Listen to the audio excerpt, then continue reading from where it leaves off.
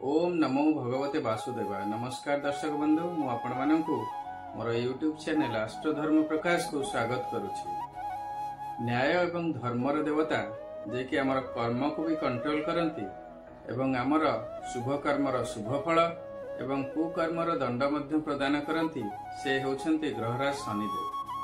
शनिदेव होछंती आमर कर्म फलदाता।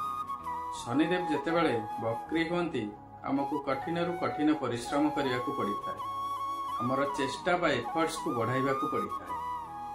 गत जुलाई 13 तारीख रु शनिदेव वक्री अवस्था रे थिले, अर्थात उल्टा चलुथिले। एही वक्री अवस्था रे प्राय 140 दिन चलन कला परे नवेम्बर 28 तारीख रु पुनर्बार मार्गी हेबे।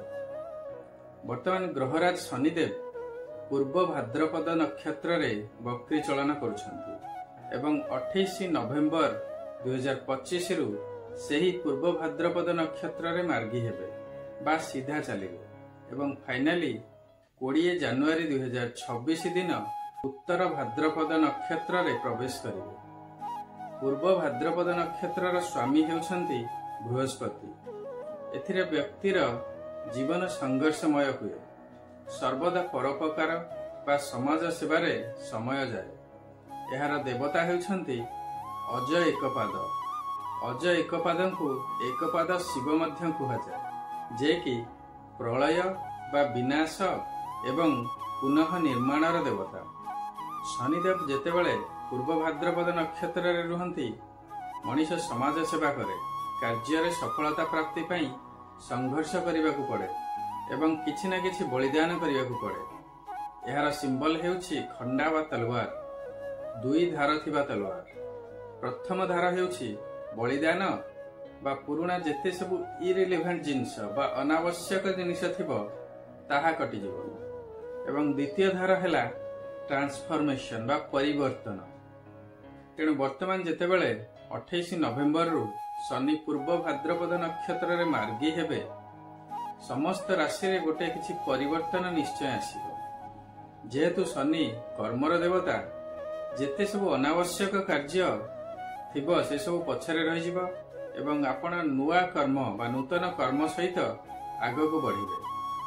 28 नवेम्बर रु आसंता 53 दिन पर्यंत समस्त राशि रो व्यक्ति माननकु मीन राशि रो पूर्व भाद्रपद नक्षत्र रे अवस्थित शनिदेवंकर प्रकृत फल प्राप्ति हेबो। मात्र एही प्रभावर मात्रा केते रहिबो ताहा निर्भर करिबो आपणकर जातक रे शनिदेवंकर स्थिति किपरि अछि। जदि आपणकर जातकर प्रॉपर एनालिसिस करबा को चाहथांती तेबे वीडियो रे दिया जायथिबा नंबर रे कांटेक्ट करि परिबे। मो चैनल को वर्तमान पर्यंत आपण जदि सब्सक्राइब करि नाहंती तेबे सब्सक्राइब निश्चय करंतु। आसंतु जानिबा शनिंकर एही मार्गी चलन सिंह राशि रो व्यक्ति मानक ऊपर कोन प्रभाव पकाइबो। सिंह राशि रो अष्टम स्थान रे शनि अवस्थान करुछंती। एहा हेउछि शनिदेवंकर 7.5 मध्यम चरण। एही समय कुहा जाए शनि मनुष्यर शरीर बा उदर रे अवस्थान करंती। अष्टम शनि साधारणतः शरीर पीड़ा दियंती। परिवार रे क्लेश, अर्थहानि, कार्यहानि, व्यवसाय रे क्षति इत्यादि हुए। बंधु शत्रु हुए, भाई भगारी हुए। कुहा जाए एही समय रे मनुष्य सुना को छुईले ता पितल रे परिणत हुए। शनिदेवंकर प्रथम दृष्टि आपणकर दशम स्थान को रहुछि। दशम स्थान हेउछि कर्मर स्थान, क्यारियर र स्थान, आम्बिशन र स्थान एवं सामाजिक प्रतिष्ठार स्थान। आपणकर कर्म क्षेत्र रे टेंशन रहिबो। जेते परिश्रम कले मध्य उपयुक्त रिजल्ट मिलिबो नाही। क्यारियर रे मध्य बहुत अप्स एंड डाउन्स देखा देबो। आपणकर पब्लिक इमेज खराब होई पारे। कर्म क्षेत्र रे पब्लिक लाइफ रे हाथे मापी चाखेंडे चलंतु, अन्यथा असुविधार सम्मुखीन हेबे। शनिदेवंकर द्वितीय दृष्टि आपणकर द्वितीय स्थान को रहुछि। इनकम हेबो नाही बा धन प्राप्ति रे विलंब हेबो अथवा बहुत कष्ट रे धन प्राप्ति हेबो। बिजनेस रे मध्य लॉस हेबार संभावना देखा देबो। कारी को धार उधार दियंतु नाही, कारण एही अर्थ आपनको रिटर्न मिलिबार संभावना बहुत कम। द्वितीय स्थान हेउछि पारिवारिक सुखर स्थान। परिवार रे मनांतर मतांतर देखा दे पारे। आपणकर वचन उपरे कंट्रोल रखंतु। परिवार रे शांत परिवेश रक्षा करिया पई चेष्टा करंतु। आपण फूड हैबिट रे नेग्लेक्ट करिवे, जार इंपैक्ट आपणकर हेल्थ उपरे पड़िबो। एही समय रे आपणकर डेंटल प्रॉब्लम मध्य देखा दे पारे। शनिदेवंकर तृतीय दृष्टि आपणकर पंचम स्थान को रहुछि। निज संतान मानक उपरे एहार इफेक्ट पड़िबो। संतान माने विभिन्न क्षेत्र रे प्रॉब्लम फेस करि पारंती। आपणक सहित सेमानकर मनांतर मतांतर देखा दे पारे। आपणक सहित संपर्क रे तिक्तता देखा दे पारे। विद्यार्थी मानकर मध्य विद्या शिक्षा रे ऑब्स्टैकल आसी पारे। टेस्ट बा एग्जामिनेशन जदि थिबो एथिरे भल रिजल्ट हेबो नाही। जदि हायर एजुकेशन पई चेष्टा करूथिबे सेथिरे विलंब होई पारे। प्रेम संपर्क रे मध्य तिक्तता देखा देबो। शनि अष्टम स्थान रे थिले साधारणतः मनुष्य को निज ऊपर बहुत कार्य करने को पड़े। निजर पुराना हैबिट्स, पुराना इच्छा, पुराना संपर्क उपरे रीइवैल्यूएशन करी किछि अनावश्यक संपर्क, हैबिट्स बा इच्छा को त्याग करने को पड़े। एही परिवर्तन को आपण एक्सेप्ट करने को बाध्य हेबे। जदि एक्सेप्ट न करंती तेबे बहुत मानसिक कष्ट पाइबे। समय सहित निजको परिवर्तन करंतु। भल हेउ बा खराब हेउ ताकू पॉजिटिव एटीट्यूड रे सहित एक्सेप्ट करंतु एवं आगो को बढ़ंतु। अल्टीमेटली देखिबे आपण निश्चय सक्सेसफुल हेबे। तबे एही रिजल्ट निर्भर करिवो आपणकर जातक रे शनिकर अवस्थिति किपरि अछि। जदि आपण आपणकर जातक रे एनालिसिस करिवा को चाहथांती तबे वीडियो रे दिया जायथिबा नंबर रे कांटेक्ट करंतु। शनिदेवंकर शुभ फल प्राप्ति पई तांकर प्रतिकार निश्चय करंतु। शनिंकर प्रतिकार स्वरूप प्रथमे आपण आपणकर लाइफस्टाइल चेंज करी निजर कर्म को श्रृंखलित करंतु। मिछ कहवा छाड़ंतु। केबे मिछ कहबे नाही। काहा को ठकिबे नाही कि चोरी मध्य करिवे नाही।